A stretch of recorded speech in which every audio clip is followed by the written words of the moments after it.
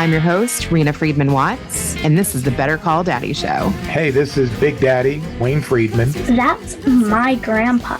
Grandpa, you ready for more daddy drama? My dad is my number one hero and number one fan. And I'm a pretty cool dude. All right, season 4, baby, here we go. More stories you're not going to believe. And maybe you will after you listen. 5 stars. 5.5 stars, 2 thumbs up. You are a pretty cool dude. Love you, Mommy. Don't stand on the table and damn the public. You'll get some words of wisdom to live by. Here we go again. Better call Daddy. You know what your problem is? You like me. Yeah, I do. Each week, I interview a guest, share the stories with my dad, and then he weighs in at the end of every episode with his wisdom and wit. Hey, Grandpa. Everyone from influential players to inspirational fathers, and of course, controversial people. Grandpa, my mommy's calling. Creating that legacy one call at a time. And welcome to the Better Call Daddy Show.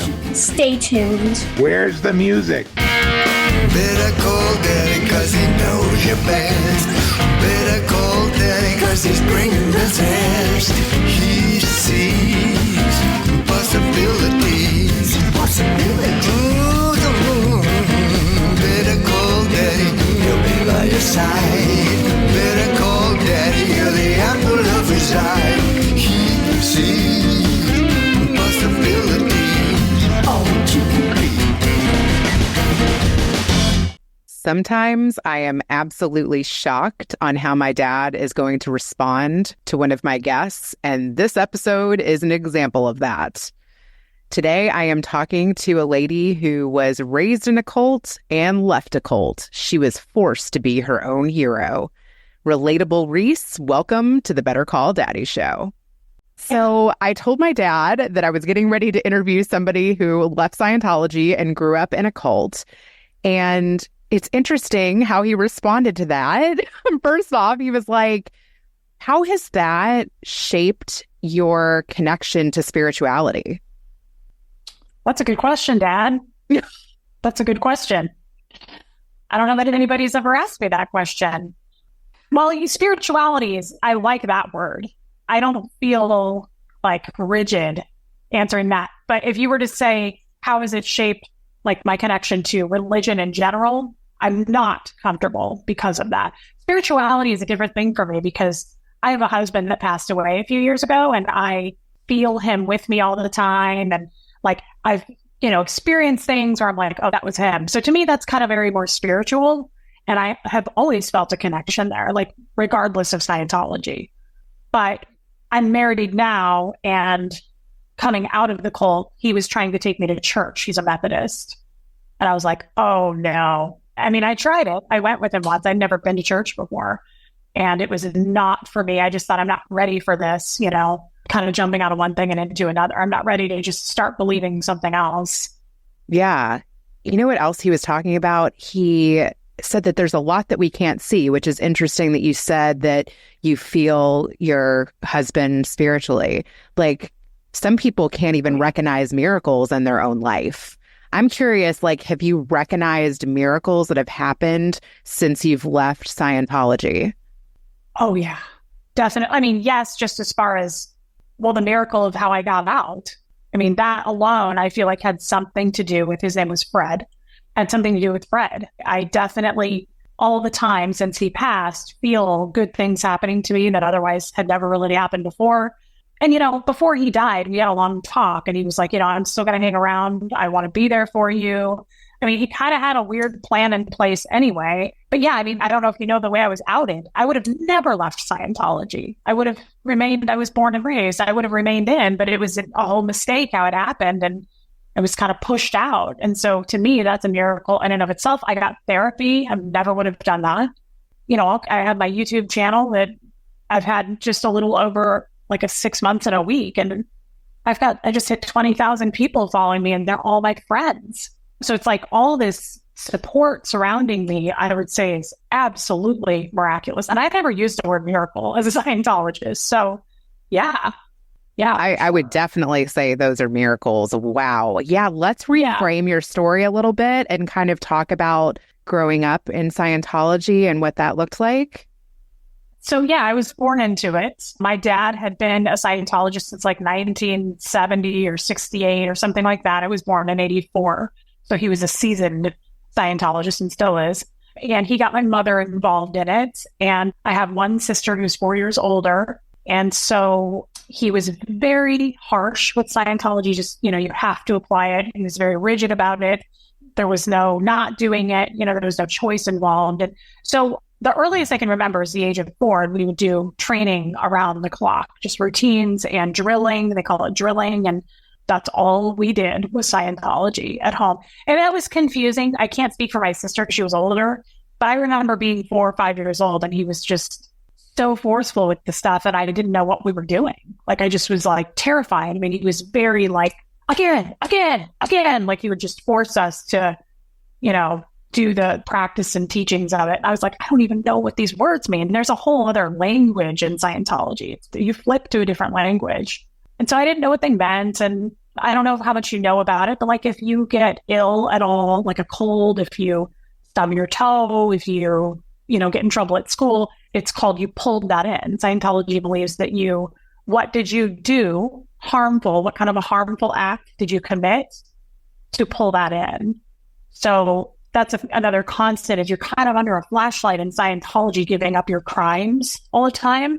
So, I mean, I remember being 6 years old and I was just sick, and I think I was in first grade, and my dad was like, well, what did you do? And no TV, like, it's a real punishment if you're sick. Like, you're a lower degraded kind of person if you're ill. So, a child, I remember him being like, what did you do? What did you do?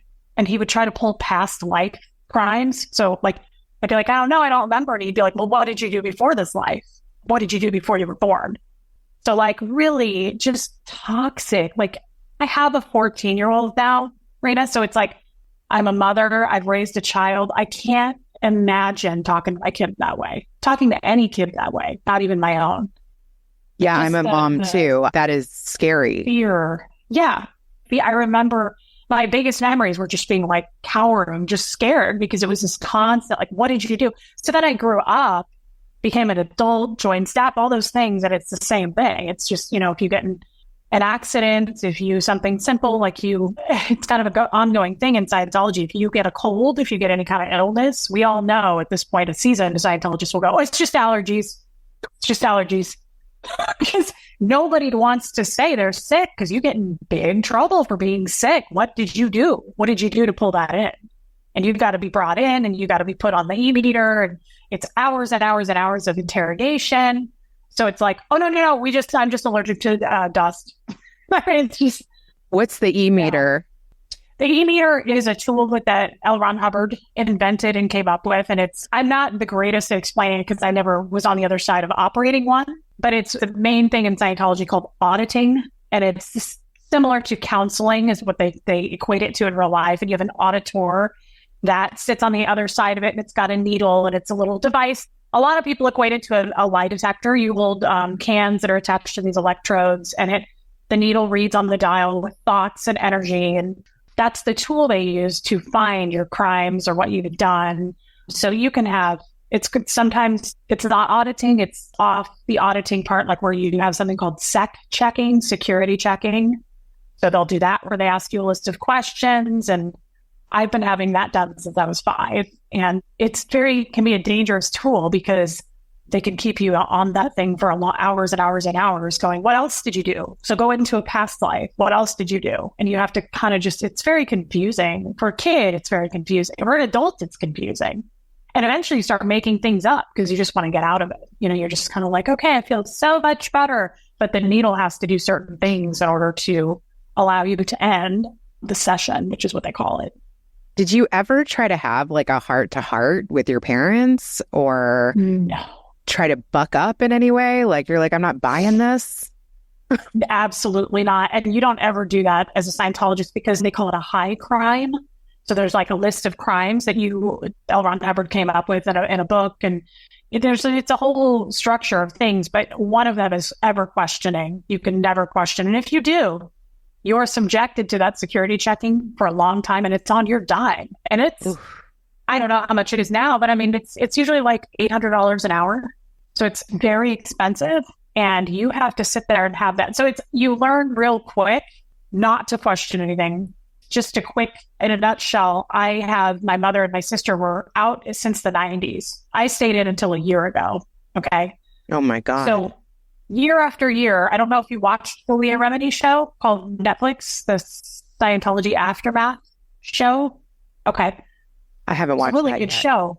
My mother and my sister saw that show and begged me to watch one episode. It was 3 seasons. And even doing that, I went to visit them in Nashville and I said, I'm going to change my plane and go home because it's like, I can't listen to this because I'm going to get in trouble just even talking about it. Like, I'm going to be subjected now because I'm going to go back. They're going to put me on the meter and go, what did you talk about? What did you do?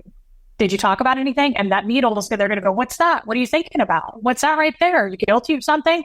So I was even like, don't do this to me because I'm going to be interrogated just talking about it. So you are not allowed to question, to answer your question. You are not allowed to look. It's a big deal if you do. You're really kind of considered an enemy and you don't want to be considered an enemy. I feel like just kids kind of do lie. that though, like naturally. Like, but maybe if Some the of them stakes maybe are did. so like high crime, like you're saying, or high enough, maybe they don't. Well, I think the main way to control people is put them in a state of fear. And so I think when you are born into it, you're taught right. I mean, I can tell you, I remember sitting in my kitchen chair when I was 4 years old and my dad was like, flunk, chair, don't move. Like he was screaming at us. So it's like, I don't know that I would have been brave enough to go, this doesn't seem right. I was terrified. So I think they use a lot of force in Scientology. They're very physical and they scream a lot. And that's the definition in Scientology of impingement and intention. So it's a lot of screaming happens. And if you ask why, they'll say, well, we're impinging. We're using our intention to get the point across. Like it's a good thing. It's known as a good thing to use anger. So I think that's all part of probably how other cults, all cults work, right? It's just that's a way of, you're so scared. They have you under control and brainwashed, mind control that I'm sure some people question it, but I know no one that did growing up. Wow. Nobody. You just don't want to do that. I mean, it's expensive, one, but two, they rope you into your whole life. Your dentist is a Scientologist. Your person who comes in, your plumber. I mean, you only associate with Scientologists. So they put that fear there. And if you are outed, where are you going to go? What are you going to do? You're going to lose your whole family because they disconnect. They apply a disconnection policy. So if you're outed, you lose everything. And that's a state of fear in and of itself. That's why I never would have talked, Reena. I never would have spoken out because as bad as my story is, I would have lost everybody. And I did. Overnight, I lost over 300 people. They were gone. And I'd known them my whole life. Gone. Disappeared. Died. I'd never talked to them again. They blocked me on every social media platform. It's fast. They bring down the hammer quickly. So it's a fear, right? I mean, I was outed without wanting to be. It was an accident what happened. So that's another reason I think people don't take that route, because once you're so heavily in it and your dentist, your doctor, all your friends, your job, most people work for Scientology companies. You can't, it's too much at stake. You can't lose that. Your mother, your father, your kids, like they'll all disconnect from you. Nobody wants to take that step, that leap and question or do anything like that. Okay, let's talk about how you were outed. So do you know Aaron Smith-Levin? Yes, I've watched some of your interview with him. Okay. So he's great. He's got a pretty big YouTube channel and he's really leading with the torch on fighting Scientology. And he's the first person. I watched the Aftermath show, and on the show, they talk about a organization called, at the time, the Aftermath Organization. And it said, like, if you need help, call us. And I thought, well, I can't run to my family. Like, now that I've seen the truth, because to be honest, I watched that show and it took me years to watch it because so many people said you should watch this. And I was like, why? So I can watch a bunch of disgruntled Scientologists whine and be victims. And, that's what I thought. I was like, why? So people can cry about what happened to them and their religion. Like, if you find ex-Catholics, you're going to find that. That was my justification all the time. I was like, anybody who left an organization is going to complain. Poor me.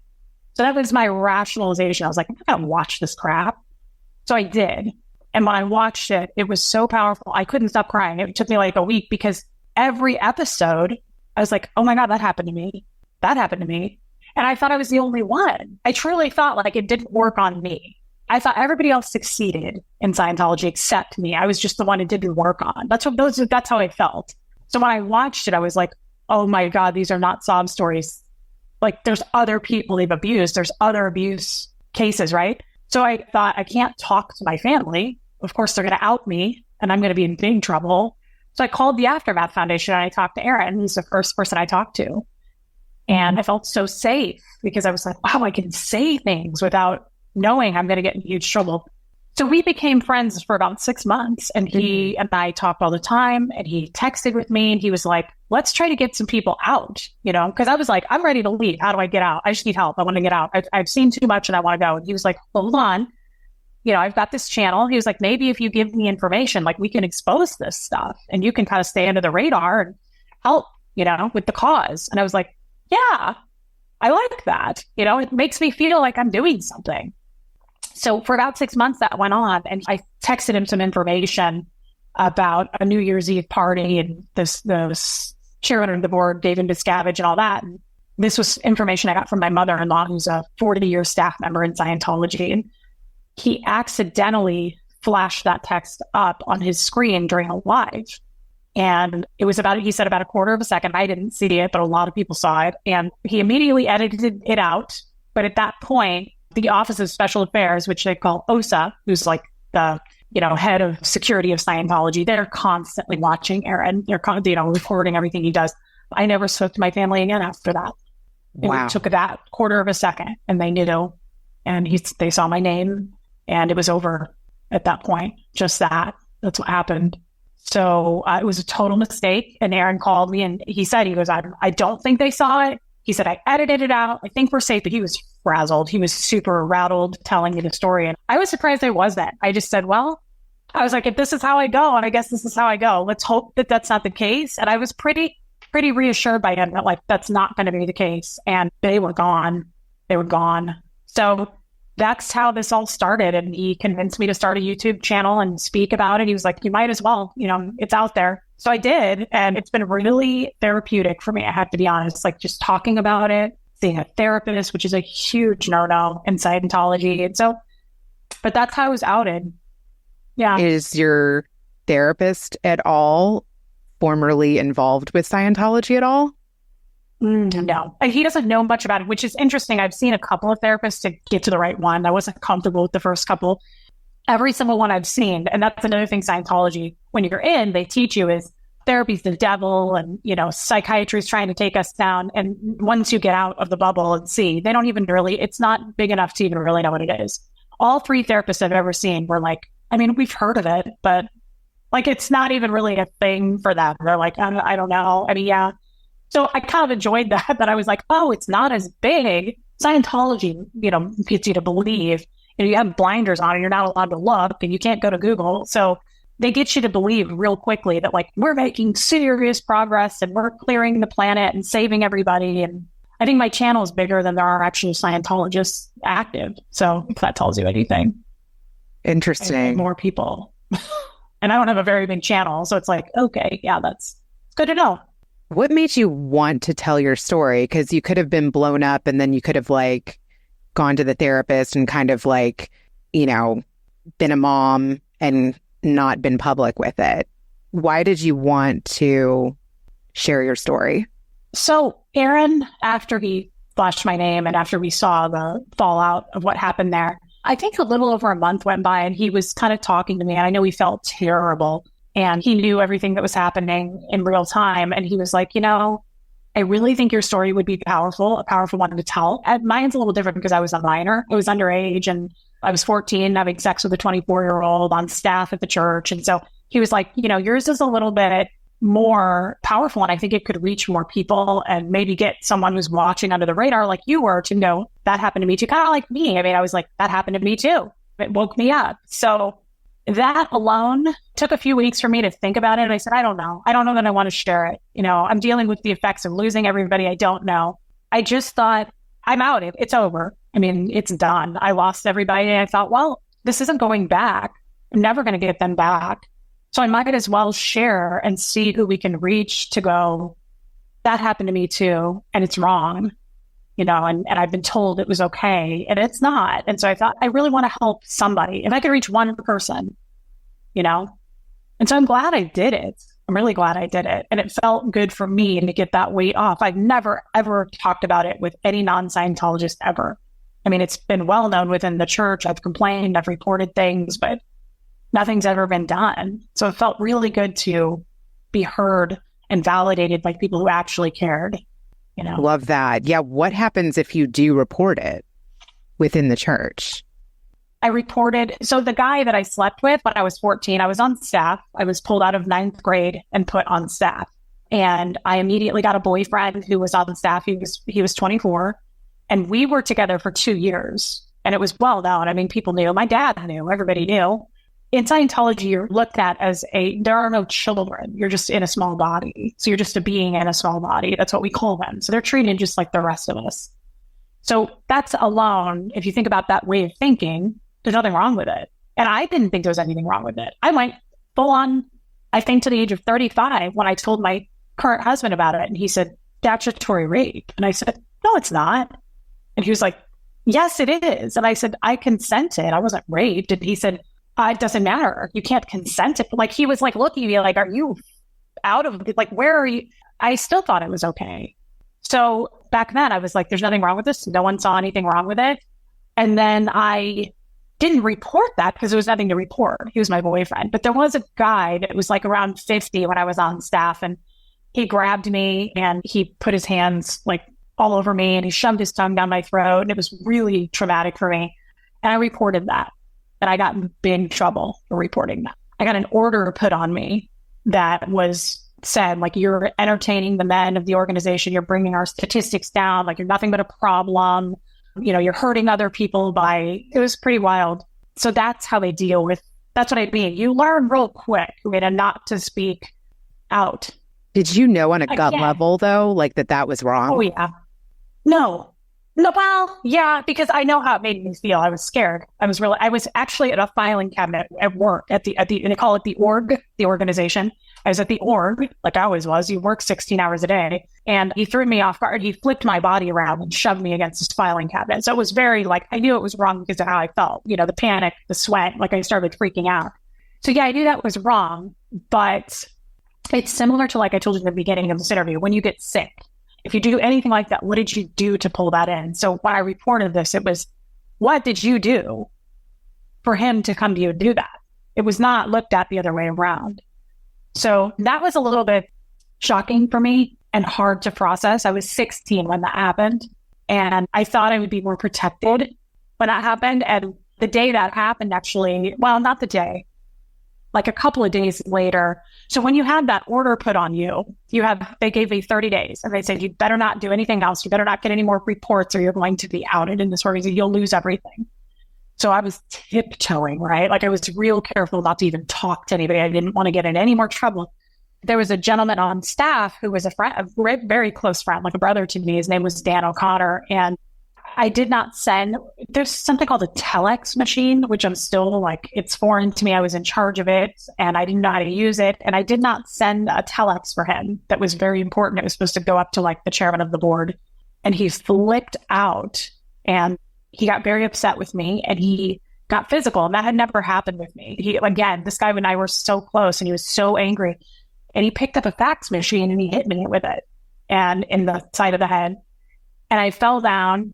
And he got on top of me, and Dan was a large man, and he got on top of me and he was sitting on my stomach and he was choking me. He hit me in the face, and it was so traumatic. Again, I'd seen these things happen. There's a lot of objects thrown in Scientology, a lot of rage, but I had never taken part in it. I'd never hit anybody myself, and I'd never been hit.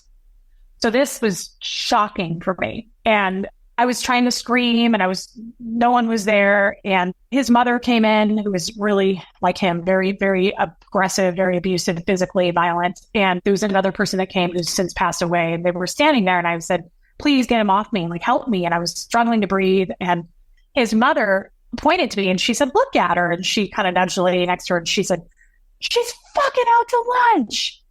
And that's all that was said. But that's not unusual if you know Linda Nelson. That's his mother. And I think this whole thing lasted maybe 5 minutes. And Dan got off of me And he went with the two of them, and I immediately shut and locked the door. And I was so rattled. Again, this had never happened to me. I kind of skated by without being abused like that. And I called my father in Omaha, and I was very close to my dad at this point, and I couldn't hardly talk. And I just remember like saying like, and I was trying to breathe, and he was like, what's going on? And I said, he hit me. And my dad said, oh my God, stay locked in that room. I'll be there in 3 hours, because it was a 3-hour drive. And anyway, the point is, my dad showed up. He got in Dan's face, and he was like, show me what you did to her. Hit me how you hit her. And he was very upset. And it all turned into this order that I had on me. So he said, I hit her because L Ron Hubbard says, per policy, in a report policy, L Ron Hubbard says he gave the guy a black eye because he was being out ethics. And so he was like, a followed policy. And the executive director of the organization came in, and she'd known my dad a long time, Maggie Kittinger. And she said, hold on, sit down. She was like, stop yelling at him. This is her fault. And she said, tell your dad what you've done. And so I'm kind of trying to answer your question. It's long-winded, but she said, tell your dad what you've done. And I was like, what do you mean what I've done? And she said, she has a non-interpolation order put on her because she's been entertaining the men of the org. She's bringing down this organization. She's pulled this in.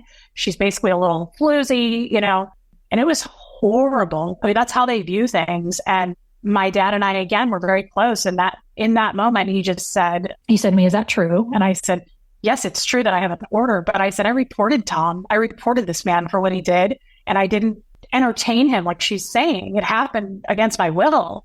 And he just got up and left. And he said, I never want to speak to you again. He said, I'm not your, sorry, this part still gets emotional for me. He said, I'm not your father. And he said, don't ever call me again. And he said, find your own financial support. He said, because I'm not going to help you. And he said, do not ever call me again. And I was so heartbroken. And I said, Dad, don't leave. I mean, he came to save me. I felt safe. And I said, please, that's not what happened. That's not how this happened. I said, please don't leave. And he left. He just left. And I don't know to this day why what happened next happened, but I started, within like an hour, I started peeing blood. Something was really wrong. Oh my God. And it just went downhill from there. And I was taken to a hospital, and I was in a hospital for over a week, and I had 2 different surgeries. I had my gallbladder removed. So I had a problem with my gallbladder. So I don't know if it was the gallbladder that caused that, or if it was I talked to some attorneys, and they were like, did you not consider that Dan beating you up and all of that could have done some damage? And I thought, I never thought of that. I don't know. To this day, I don't know. I don't know if it was my gallbladder, but it was within an hour that occurred, all of that happening. Well, a couple hours. I think it was like 3 or 4 hours later after my dad left, I started peeing blood. And I don't know, but I couldn't get help. I mean, I was asking people at the church after my dad left. I said, I think something's wrong. I need medical help. I'm peeing blood. And they were like, oh, fuck yourself. Like, look what you just did. You just totally destroying people at this org. You're bringing down people's reputations.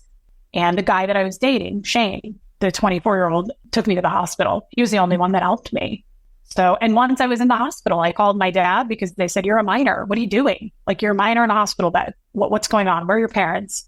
And I said, my dad's in Omaha. And I got him on the phone, and he said, fuck you. Don't call me. He said, I do not want anything to do with you. So that's never changed. And I was hoping that would change. I spent years hoping that maybe he would feel some sort of remorse, or we would reconnect, and that never happened. I am so sorry. I am too, girl. Oh my God. I just don't know how. I mean, I have a daughter that's 13. I just cannot imagine leaving her in that situation. Yeah, I don't have a daughter, but I have a son, and he's 14. And I think the same thing all the time. Like, this all happened. Like, I was 14 when I started sleeping with this 24-year-old, and I think there were so many adults that knew about this. Can you imagine? Like, we're mothers now. Oh my! I would burn that place to the ground. God, doing time the rest of my life. Totally. On a killing spree. I mean, I can't imagine that happening to my kid. I can't imagine being okay with that. Like, how did he get to the place? Like, how did he get involved with the church? How did he become okay with that? Like, what was his upbringing? My dad Yeah. I think he always hated his mother. I'm not really sure the background there. We weren't allowed to see her, but he always hated her. And my dad really is quite hateful toward women. He always trashed my mom. My mom left when I was 6. I saw her a few spotty times scattered in between, but I really didn't see her again until I was 18. He would not let us see her. So he really was abusive and super high control. And it wasn't about it was just about winning for him. You know, like, I'm going to keep these kids and you won't ever see these kids. And he hated us kids. You know, he didn't want us. So I think he toyed with drugs when he was in his early 20s, and he found Dianetics, which was the book written by L Ron Hubbard in 1950. And then he found a Dianetics group, and then they just kind of sucked him in. But to be honest, I wish I could go back and witness all of that, because I really, truly believe, I would say kind of like a dog that bites is a dog that bites. I believe he was a bad person to begin with, and Scientology just enhanced that, just made it okay to be even more abusive. You know, it just amplified it. I don't believe he was this great guy and then he found Scientology that just turned him bad. I mean, I never hit people. You know, I was a Scientologist raising my kid up until a year ago. I never treated him that way. I think he was just a bad person to begin with. That's interesting. I am curious how you were able to raise your own kid in it. Were you able to do it in a more loving way or kind of protect him differently? Yes, I kept him out of it. I made it clear with my husband at the time, his father, and we were both raised in Scientology, and he has a horror story of that too. I mean, he could hardly talk about it. Michael, my husband at the time, he was just so many terrible things happened to him when he was a child. So we just agreed kind of just silently, we didn't make it real clear, but we're never going to, my son's name is Huxley. And I said, we are never going to subject Huxley to this because of how we were raised. It was kind of a silent pact we made, secretive, you know? And so I always gave the excuse, because people were very upset that we did that, you know, in the church, and you need to bring him in for services. You need to put him on a course. You need to get him some auditing. And I would just say he spoke way later in life. He was over 3 years old. He didn't even talk. Now, I mean, I don't know why, but I mean, now he's super chatty. So he's not antisocial or anything, but I would just say we want to give him a choice. We want him to, you know, reach for Scientology. We kind of, you know, we want him to reach for it. And he hasn't reached yet. You know, we just kind of tried to string it along as much as we could. But I was never going to let that kid be involved with the can holding and the yelling. I knew I was going to protect him from that. And I did a good job at remaining and balancing being a Scientologist and going into the org and doing services, and people going, "Where's Huxley?" And I'm like, "Oh, he's with my mom tonight." You know, just really trying to keep him as much as I could away from it. And I did. I really did. He hardly even knows what it is. He didn't do anything in it. How have you explained to him the 300 people that are not in your life anymore? So that was really difficult because I talked about my mother-in-law, who's been a staff member for 40 years. My father-in-law, which is Doug and Brenda Argis are the parents of Huxley's dad, Michael Argis. They are the most diehard. They've been in for 40 plus years. He's an orthodontist, retired, but he was never on staff. He supported the family while she was on staff. And both of them, but especially, I cannot stress this more, especially Doug, was this with Huxley. I hardly saw Huxley. Doug would take him every weekend from the age of 6 months old. He loved Huxley. He could not be without him. He would come over every day to my house and tutor him after school. And I mean, they were just so close. It's a little creepy. Doug, in Scientology, people believe you don't die, you drop the body and you just go get a new body. So Doug believed that his father died in the 70s and was waiting around for picking the right body. And he believes that Huxley is his father and waited around for that special body to pick up and be in Doug's life again. So Doug always had this master plan: when Huxley gets older and has a child, I'm just going to drop my body and be Huxley's child. It's so creepy. It's so creepy how they do that. But anyway, so I think that's what his tie was, his emotional attachment was, this is my dad. He believed Huxley was his dad. So he spent all this time with him nonstop.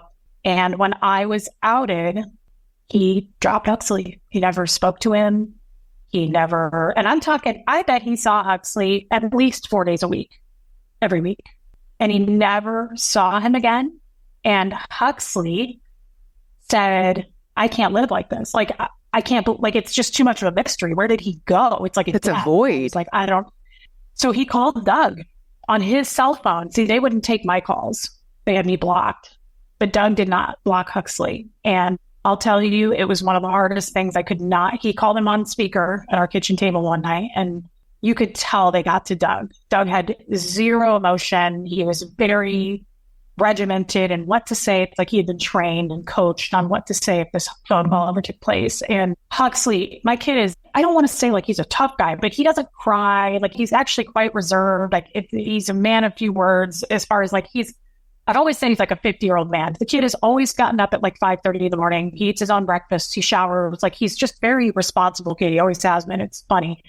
And so, we called Doug and he was like, I can't live like this. Like what's happened? And he just lost it. Huxley just couldn't. He was like, like he was just hysterical. And that was so hard for me because I've never seen him cry like that. Like he just doesn't show emotion. He's always been this like, just, I lean on him for support most of the time. He's kind of my rock. He's like, well, let's consider that. Like, I don't know. Like he thinks things out. He's methodical. I love him. He's my everything. So, to watch him break down like that, you could tell there was so much heavy, like obviously like he just couldn't even control it. He just spewed out of his mouth. And it was so hard for me to listen to. I actually had to leave the room a couple of times and I was just trying not to cry. And he was like, you can't leave my life. He was like, please don't disconnect from me. Like and Doug had no emotion. He was 13 at the time, Huxley. And he said, I've known you for 13 years. He was like, but we've come to an end. And he was like, we won't know each other anymore. And Huxley was like, he said, what did he say to Doug? He said, my mom didn't do anything to your church. He was like, your church did something to my mom. And he's like, why can't you understand? And it was so heart-wrenching. I love your son.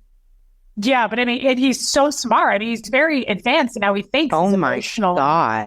It was so hard, though, to listen to Doug be this robot. And he was like, I understand. He's like, I got it. He was like, but you don't understand. He was like, I can't lose you. He's like, but I can't leave my mom because you have a choice. You either disconnect or you can either join Scientology, the side of family, but you've got to drop the person who was outed.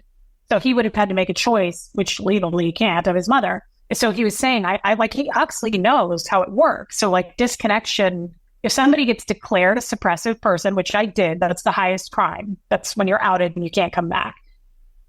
You have to disconnect from that person, their mailman, anybody who talks to them, anybody who knows them. You can't just disconnect from the person. You have to cut every tie. So that's what makes it harder too. It's so ugly to do that, how they divide up families. And Huxley knew that. So he was trying to like rationalize with Doug. And he was like, I can't leave my mom. He was like, but I don't want to leave you. And Doug was like, he said, we've had a good life together. He was like, I'm glad that I knew you. It's insane. I cannot believe a grandparent could say that.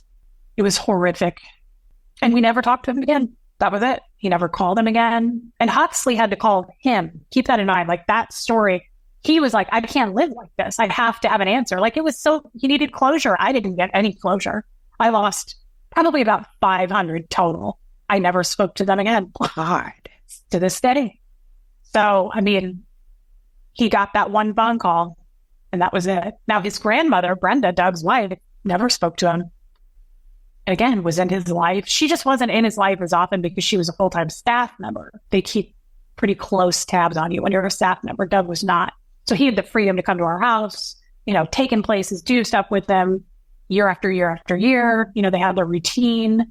Brenda, not so much because it was harder. She was under their control more. But still, his birthdays happened. We had our first Christmas a few months ago without everybody. We had our first birthday without everybody. That was hard. Now, the only thing that saved us was my YouTube channel. We live streamed his birthday. Oh God, that was so emotional. I had so many people send so many gifts to him and lift him up and money and just here, take this, go buy something. We love you. We want you to feel supported. And he's got family, I can tell you that. And that's remarkable. They love him unconditionally. Yeah, that's remarkable. Conditional love. Wow. I am so glad. Those people changed my life in every way. Yeah. to show love from across the world. I had people send things from Portugal, from Sweden, like everybody on that channel sent stuff to him. Like that's stuff that I missed out on my whole life. I had no idea that like people actually love people that heavily. My dad didn't even ever tell us he loved us. Like I never got a hug from my dad. Scientology is cold as shit. There is no, it's very conditional. It's based on, are you a Scientologist? Good. Are you an active Scientologist? Are you doing things in Scientology? What do you do? How much money are you donating? Like, it's all about how much are you giving to the church, as far as your time and your money. And if you're not really considered a good person. So this was incredible to be showered with just like wisdom, thoughts, love, gifts, all that. They just changed my life for that child. I am so glad. I'm trying to think about, like, do you think about why you're here? Do you ever have conversations with a higher power now, or? I can't go there. I just don't know. Now, I've said on my channel many times, I'm always envious of people's relationship with God. Like, it makes me feel empty and a little bit like hollow when people talk about like how they were raised in their faith. I don't know what faith still even really means, but we were told there really is no God. Now, I don't believe that. I believe there's surely something, but I can't go there. I don't know what to believe. I don't know what's real. I don't know. It's just hard for me to kind of fathom that. Like, I don't know, but I am jealous. Like, I get envious of that. People who have, like, they know where they're going. They have a plan, or they talk to God. I'm like, man, I wish I had that. Wish I could do that. I just don't know if I can. I don't know where to begin. What pieces you put together to even know. That's so interesting. Was there prayer in Scientology? What did that look like? No, definitely not prayer. Just the teachings of L Ron Hubbard, the books. Okay. Yeah, there's definitely no praying. I mean, we praise him for sure. Okay. There's pictures of him everywhere in every room. And whenever somebody completes a step or something, they clap and we all turn to the picture and we all go, hip, hip, hooray. And they go to LRH and we do that. But I mean, no, there's no praying. So what would lead to clapping for L Ron Hubbard? I am totally being serious.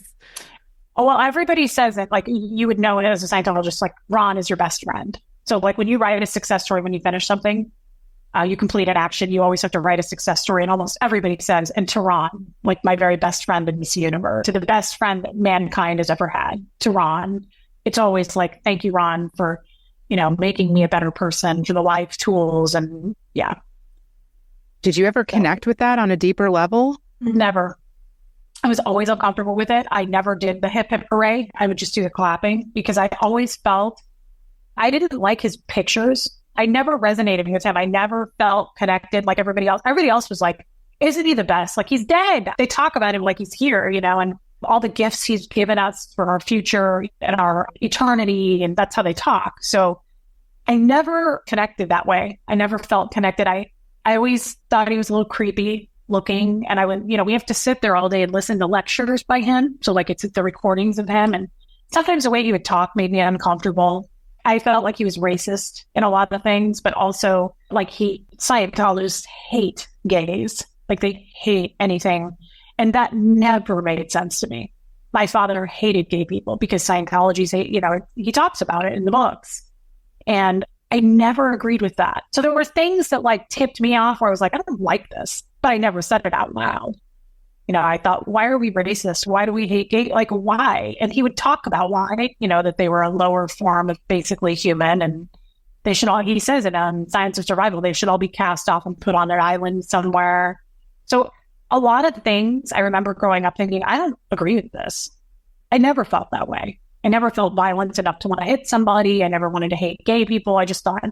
So when they would look at his picture and do that, it always kind of gave me a little twinge, like, yeah, I know that I worship this, but I sure as shit wasn't going to say that out loud. I'm just going to go with it. Why? Because you're just too deep in. I was born and raised. I was deeply rooted. Everybody around me was a Scientologist. I spent my whole life in it. Like, no fucking way am I going to be like, yeah, this guy's a sleazebag. And that's how I felt about it. Wow. Do you feel like Scientology is tied to your purpose here? Like, yeah. Like, do you kind of define yourself by it at all? Yeah. Yeah. I'm working hard on that every Monday in therapy to unpack it.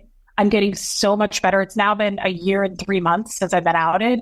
So I'm so much better. Like, I don't immediately, like, if I do stub my toe, I don't now go, what did I do to pull that in? Like, my whole life, I'm like, I immediately start thinking, like, did I hurt somebody? Did I lie? Like, what did I do? I don't do that anymore. I don't sum people up with my training on the tone scale, which is like a scale of, you know, where someone is at in their life. And once you peg where they're at, you know, then you can tell their background and how they are sexually and how they feel about children. They train us all of that. They train us on, you remember how I was telling you, my dad was like, again, start, come. You're doing all these training drills to not have emotion. They train you very hard about thousands of hours of it where you sit and people try to, you know, they do things in your face. They call you a slut. I mean, I remember being 5 years old and I was doing that with a man at an org and he was like, you like to fuck little boys? Funny. Doing that to me. And I remember him saying, like, you like to fuck dogs? You like to fuck animals? Like, they do that because you flinch or you blink too much or it freaks you out or you laugh or whatever it is they're trying to get you to react. And if you react, they go flunk and then they do it again and again and again until you don't flunk anymore. So I've been doing that since the age of 4. And so what I'm explaining to you is I don't have a lot of emotions. Like, you're trained to not react to things. That is the point of being an auditor. You're doing all this training to become an auditor. So if you have a person in session with you and they're like, and they freak out or they try to leave, you have to be... Who would not flunk react. that? Well, you do flunk, but then you have to do what's called flattening it. So you flatten that button. It's a button now. So we have to keep doing it over and over. So do you like to fuck dogs? And then I react again. Flunk. Okay, start. Do you like to fuck dogs? And then I don't react. And then they do it a few more times to make sure you don't react. And then they go, good, you passed. Good job. Well done. So that's what you're trained to do. So now, do I define It's like desensitizing you to it. Very much. So my channel, there's a lot. I'm like literally nauseous from that. Yeah. I do my live streams every day and I unpack a lot of this stuff. I don't talk about it every day, Reena, because I can't. It's heavy shit that I just can't. I got to talk about funny things, silly things, my life now. You know, I have to talk about other things. Otherwise I just get too depressed, but I cry all the time. I can't control it. Like, I have so many like emotions now because you couldn't do that before. So I find myself being a little over a year out now and I just burst into tears because you were suppressed from doing that. Couldn't do that, you know? So the most emotion I feel now is like sadness and tears. I don't get like rage. I don't get mad. I just think I'm so sad for all the things that, you know, they kind of come crashing in on you, but it's therapeutic and it works for me. I don't know that would work for everybody. I'm kind of glad you can cry now. I can cry now. And I do, you know, I have 900 to 1,200 people watching me live and I will sit there and cry in front of them. And that's not for everybody. You know, not everybody probably heals that way, but my channel, I say, is about healing. And so it's a safe space. I want everyone to feel like they can talk about anything in there. So some days are worse than others, but yeah, I get real mopey and emotional and weepy. And I just never did that before. You know, I remember being hard as steel, like just, I can't tell you how many Scientology funerals I've been to where it's like, they will say, no crying, no tears. Like, it's intense. Like, you're not allowed to show emotion. Now, the only emotion you are allowed to show, and it's rewarded, is rage. Like, there's a lot of throwing objects in Scientology. For him to pick up that fax machine was nothing, really. I'd seen that happen to people, just not me. So it wasn't unusual. It wasn't like a shock, you know, to do that. They used a lot of that, like scary fear, you know, to get their point across. But crying, tears, sadness, apathy, none of that. You never see that. Do you feel like Scientology should be shut down? I feel like it should be burned to the ground. Yeah. I think that they have destroyed so many people. And there have been, you know, I always kind of think this, if you want to go be a Scientologist and you're 40 years old, go fucking knock your socks off. I mean, I think it's wrong. But to bring a child and like raise a kid into it is so twisted to like not give someone a choice or a chance. And then you fuck them up and they're just like molded into these adults that now, you know, who knows? I mean, yeah, I think it should be absolutely shut down. I think it's one of the worst things I can think of. I mean, I would have rather probably been in prison. It's really terrible what they do to people, just like how they make people feel, you know, and what they tell you and where you came from and the stories, and it's wrong. And to do that to a kid, that's not fair. I have a kid now. You have a kid now. Can you imagine doing that to your kid? I mean, it's so much abuse. What's No wonder people interesting grow up fucked up. is like we tried to send our kids to like an Orthodox Jewish school that was like above where we kind of were religiously. And our oldest really questioned it for years to the point where we switched schools. And once we did that, the street we were living on, we no longer fit in. And so I honestly wish that we would have pulled our kid out earlier. I was wondering if your kid ever really kind of questioned it. It's like when you're a first-time parent, though, like you don't know what you're doing. Yeah, 100%. I don't think my kid, that's terrible, by the way. I don't think my kid questioned it because I didn't let him be exposed to it enough. Okay. He didn't do anything. Now, when I finally told him my story, he was super affected by it. And I said, I'm going to go on this show. I was going to go on with Darren and talk about it. And it was, I think, the night before. And I was in the kitchen. I said, Huxley's my rock. The kid really gives good advice. And I said, what do you think? Should I do this? I said, it's, the world's going to see it. And he was like, Mom, I think, he said, I didn't know that, that happened to you with that older man. And he said, I think, yes. He was like, I think exposure is a good thing. And he was like, I think if you could help any other person, he asked me, he goes, would you want that to be happening to a 14-year-old girl? And I said, Huxley, you're so wise. And he said, then do it, Mom. He said, because you'll help somebody. You'll help somebody else. And I was like, oh my God. I love Huxley. So oh my God, you're giving me chills. He's why I didn't have more kids. Reena, he's literally why at the time I was married to his dad for 10 years. And I had Huxley in our first year of marriage. And I really questioned, I was like, should we have another child? I always kind of wanted 2 kids. And I thought, he's so perfect. The next one's going to be like this holy terror. And that's not fair to Huxley. Like, it'll take away my attention from him if I have some kid that like, what if the kid's mean to Huxley? And like, I don't know, it was this weird protection thing. I was like, but I love it. He's so perfect. He's like my best friend. I was like, what if I have this awful kid that just takes up all my time and Huxley gets neglected? I don't want that for him. So I just kept him. I was like, I don't want to do this. I don't want to chance it. He's so great. That's wonderful. I love that you have that connection with him. That's so special. It is. And it's brought us so much closer because I didn't get to have that connection because Doug, his grandfather, was taking him all the time. It was this weird control thing. He was every weekend. He was like, I'm taking Huxley. And I was like, okay. I mean, I was alone every weekend of Huxley's life. I had my first Thanksgiving with him last year. I'd never had one with him. Never. Doug took him every year since he was born. I got to have my first Thanksgiving with my kid. Oh my God, tell me about it. It was really special. I cooked and he helped me.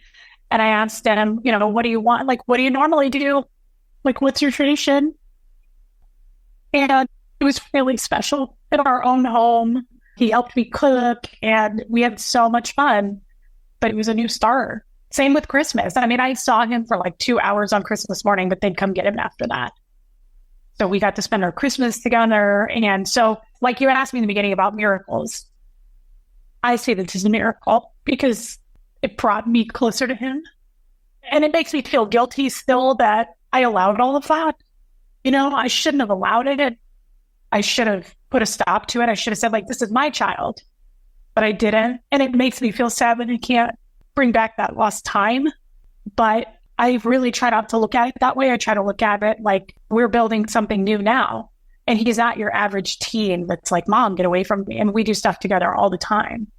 He loves going thrift store shopping, and so do I. So he's like, you want to go hit up a thrift store? That's cute. Sport. He plays a lot of sports. So he likes to find like basketballs, baseballs, and baseball gloves and stuff like that. So all I can do is just kind of move forward. And I left all those people behind. They're not in our lives anymore. They're not coming back. So I just think like build something new with Huxley. That's all I can do. And he comes on my show all the time. Everybody loves him. He's like, hey guys, he just made the baseball team last week. And he's like, I made it. And everybody was like, oh, Huxley. Okay, we'll clap. We'll give a woo for that. Yeah. Yes. Yeah.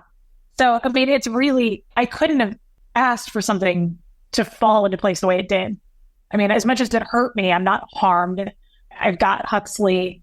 I have all these new friends. I've got my channel, and it keeps growing. I mean, I just hit 20,000 and I'm so thankful for that because these people are not just watchers, they're not just subscribers. They're my friends. I talk with them privately. I mean, I spend a lot of time talking with them outside of the channel, and I've met some of them in person. I went to Seattle a week and a half ago for my husband's business trip, and I met like 18 to 20 of them. People drove up from Portland 4 hours to meet me. Like, just, they were like, we have to meet you. Like, they took me to lunch. And I mean, how special is that? I've never had friends before. So I was like, this is incredible. It's really unfolded into something good. I always thank Aaron. Aaron feels guilty, I think, to this day, you know, how it happened. And I think, of course he does, right? I mean, I would feel bad too. And I always tell him, I'm like, you saved me. You saved my kid. You know, if anything, it's like I had a life of it, but Huxley doesn't have to now. So if anything, it's like you did us the biggest favor. You saved Huxley from being in this. You opened my eyes, and it was worth it. It was totally worth it. I'm so glad you feel that way. And I can't wait to hear about like more traditions that you and Huxley create for the two of you. I know. I love him so much. It's so cool. We're just so much closer. I did not get to spend a lot of time with the kid. I would say 3 days a week he was with me. But otherwise, Doug came and took over. I mean, he just owned that, you know. They're very forceful in Scientology. So I would say, like, you know, maybe I'd like to spend some time. He's like, oh, we already have plans, so I'll pick him up. I'll be coming to get him. Like, it was just very, okay. And my mother all this time was like, don't let him do that. You know, don't let that happen. And that went on for years, and I just let it happen. So now, Huxley is still very sad about that. Like, I think he's shocked still. We all are. That guy literally disappeared. You know, huge part of our lives, and he's gone. But I think Huxley now sees the bigger picture, which is I've got my mom, and that's unconditional love. I see the difference now. He will say all the time, he said it on a live recently, someone asked him about it and said, how do you feel about that? I loved his answer because I thought, good, he's not blaming himself. He said, they made their choice. And I thought, well, that's powerful. Like, that's you being in charge of this instead of going, well, I don't know why they left me. I don't know what I did wrong. Like, he's not blaming himself. He was like, they made their choice. And I'd love for Huxley to see a therapist. And I tell him all the time about my success. And he's like, I'll let you know. He said, he goes, I channel it through sports. He was like, that's healthy. It's just, that's healthy. My therapist says that. I talk about it every week with my therapist. And he's like, I don't think I trust him. Like, he's doing sports and he's making friends. That's all healthy steps moving forward. He's not like a recluse and isolating, and he doesn't play, you know, games all day on a screen. And he comes home from school and he's like, I'll be in the backyard kicking the football. I mean, you know, so he says that. And he's like, I channel it, Mom. And he's like, I'll let you know if I need to talk to somebody, but I feel okay. I mean, that's wonderful. Yeah. It's healthy. I mean, I watch for signs of it, but he's only done better. Kids are so resilient. And I just think time really does do something, right? Like, I think the more time that passes, the better off we'll be. You know, it's less, we're healing from it. Yeah. Is there anything that you would like to ask my dad around this? For your dad? I'd love to see your dad sometime. I don't know. It's so cool that people have dads who care. I don't have a specific question. I would really love to hear like his breakdown, his idea of like, you know, wow, obviously you have a cool dad. So, and I've always admired dads. I get a little sad when I see people have a relationship with their dad because I just think, God, that's not all I ever really wanted. I just really like dads. I think they're cool. And I love dads that love their daughters. It's so special to me. So that's all. No. You can adopt my dad. I love when people want to. Oh, I bet he's adorable too. You've heard from my mom. Now, let's switch it over to Grandpa. Got a few gray hairs again. I'm going to have to do a dye job. This episode gave you some gray hairs? Oh, boy. This was a lot to take in. And, you know, you asked her my first question about spirituality, and she had a very interesting take on it. Having your conscience be your guide, knowing that there is possibly a force out there, but not where it's forced on you. The irony is that God has given us choice. At the end of the episode, her son even mentions that they made their choice. This Scientology is based on human beings making up what they think the grid should be and what rules you should follow. but aren't they also made a choice of what they think right is from wrong? And even what a perfect person is supposed to be? And if you're a deviant to it, then you shouldn't be part of our clique or clan or cult, whatever you want to call it, where they want to come up with where they made their choices and everyone needs to follow their choices, where individuals don't have a choice. But that's not the way it really works, is it? If you force people to do your choice, how do you do that? You need an armed guard to force someone? You force it down their throat? And what if there's abuse that's going on? If there's abuse going on, their excuse is, you must have done something wrong. It can't be our philosophy that's wrong, that you're the reject. So, isn't that the way life is with certain people? Is that if something is going wrong, it can't be them. It's got to be something around them that's wrong. And usually when people think that way, they're the ones that are misguided and are wrong. You know, a father that brings you into this world, especially if it's a little girl, and I have a little experience with that, because I've done it 3 times. These girls are looking to you for guidance and an example. And even yours truly in his younger day. I grew up on the streets. I know what it is to also have parents and grandparents that if you did something wrong, where they give you a good swift kick in the ass or the belt or a good left forearm, okay? But the fact is that as time goes on, you have to realize that you are giving an example to your children and your children's children. That cycle needs to be broken. That cycle needs to be where we have to be able to mature our logic. We have to mature our understanding of all peoples if we want to be able to have some type of elevation to the human race. But this idea is that it comes from experiences. It comes from people having choice. And when it's lacking, then there can't be the same type of growth. You need people to have growth where they can think for themselves. It's not just standing on your own 2 feet and making money, but you want people to be able to survive out there and understand that the world offers so many opportunities to grow. We don't want to be robots. We want to be able to feel and have some emotion. That's why I mentioned the spirituality, because spirituality, that's what it's about, is to let your conscience be your guide and to know that there is a more powerful source out there. And this stuff couldn't have just happened naturally.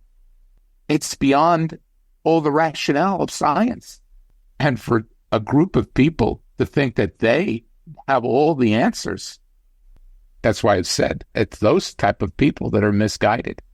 And maybe the strangest thing that I heard was that they still believe in some type of natural order that you can leave this earth and be replanted into a new body. How could that be scientific or logical? That would have to be also where all these people would have to believe that there is some type of supernatural way of coming back.